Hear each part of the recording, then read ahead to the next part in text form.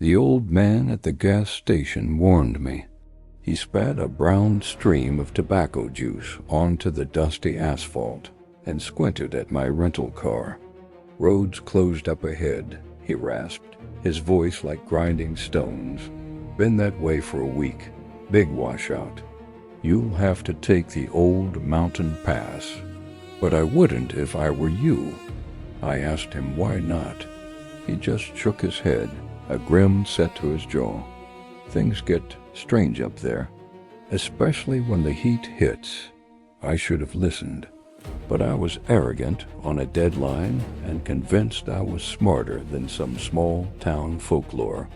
The main highway was blocked, just as he'd said, so I turned onto the winding, narrow path he'd pointed out on a faded map. The ascent was steep, the trees crowding in on either side, their branches like skeletal fingers scratching at my windows. The air grew thick, heavy, and then the heat started.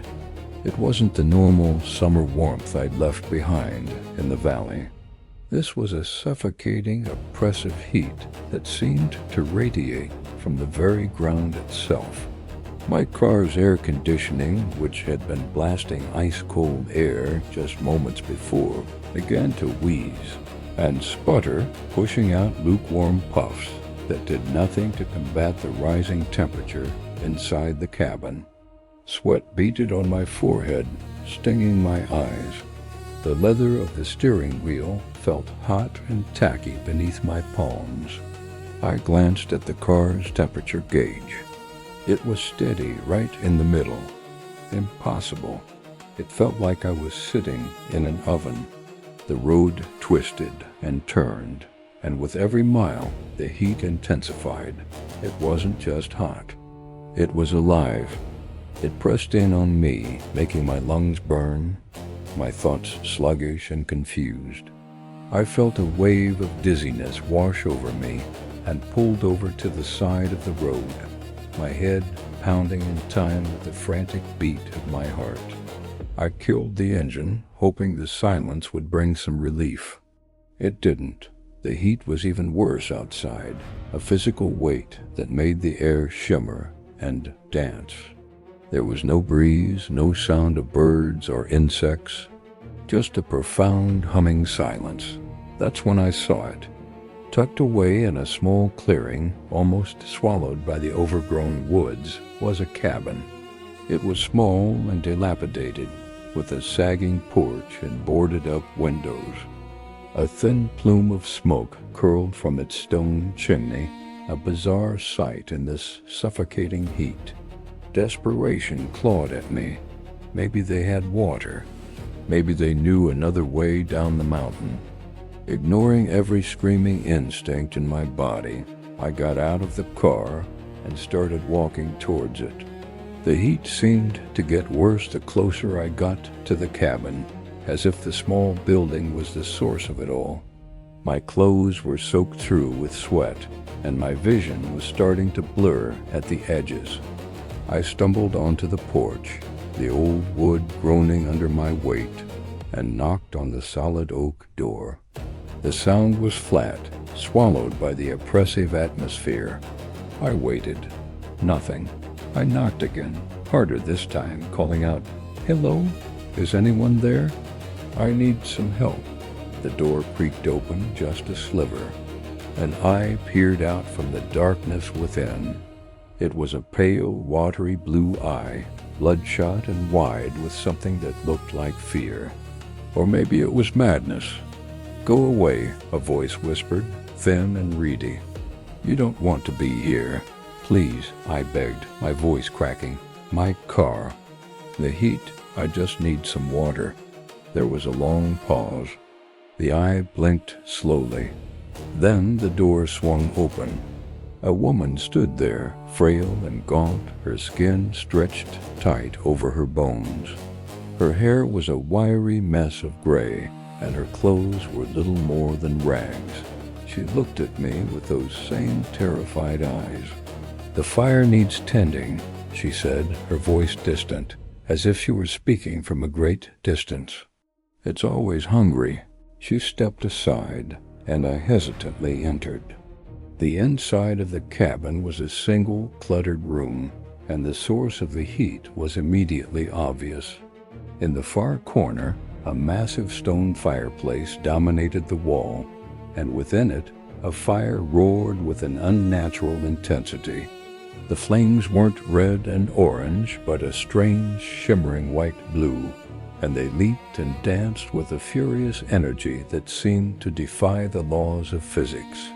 The heat was blistering, a physical blow that made me recoil. "What is that?" I asked, shielding my face with my arm. "It's the heart of this place," the woman said, never taking her eyes off the flames. "It keeps the cold at bay." "Cold?" I asked, bewildered. "It's boiling in here. It's boiling outside." She turned to look at me then, and a flicker of something lucidity perhaps crossed her face.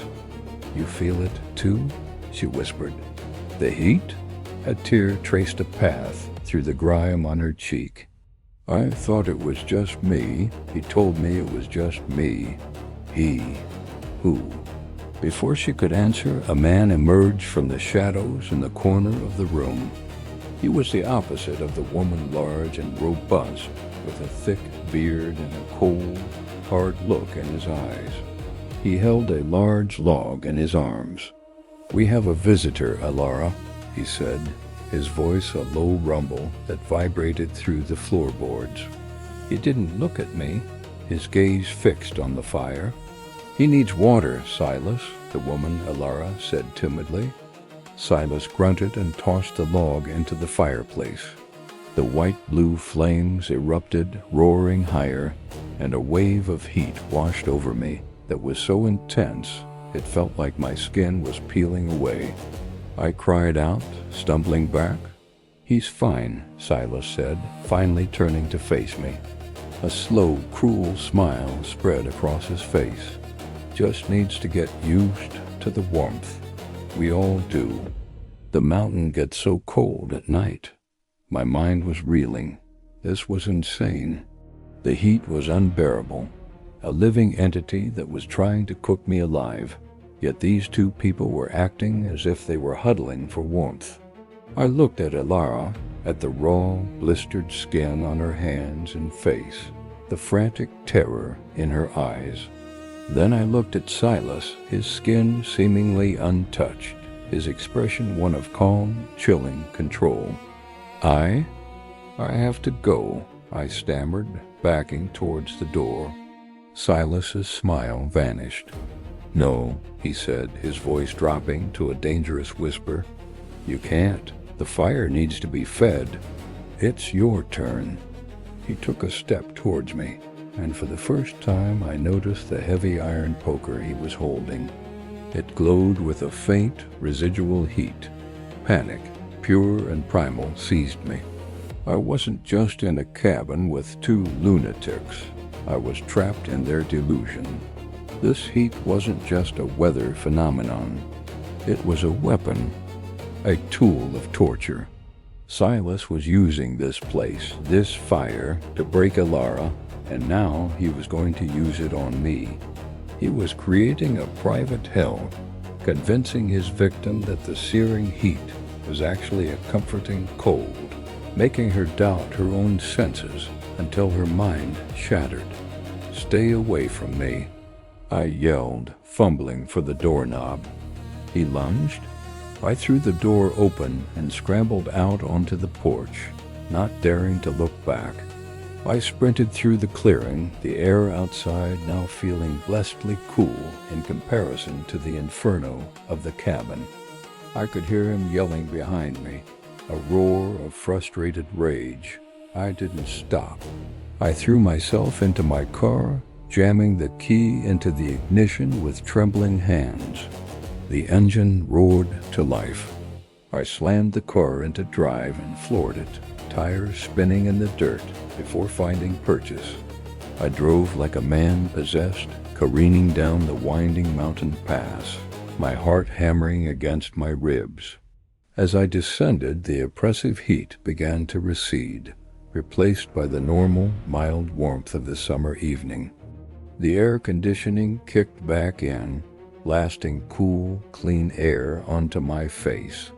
I didn't slow down until the narrow path merged back onto a paved, two-lane road.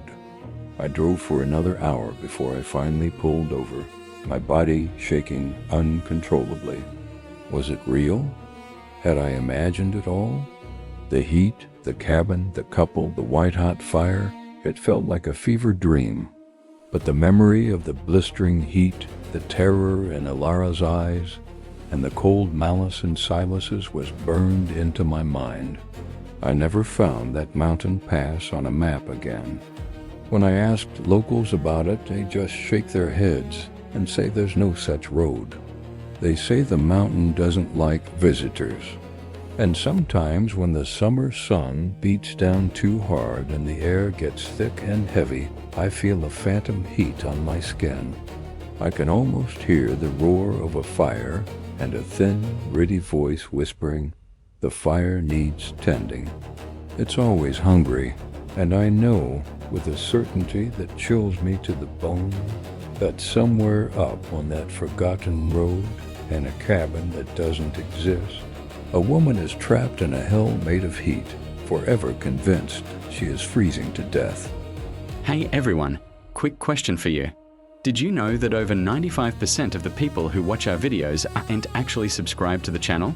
We totally get it. Life gets super busy, and hitting that subscribe button is probably the last thing on your mind. But here's the thing, subscribing is completely free, and it is the single best way to support us and help us keep making the content you love to watch. It literally takes just 1 second to click, but it makes a massive difference for us. So, if you're enjoying what you see, please consider hitting that subscribe button and joining our awesome community. It would mean the world to us. Thank you so much for your support, and we'll see you in the next video.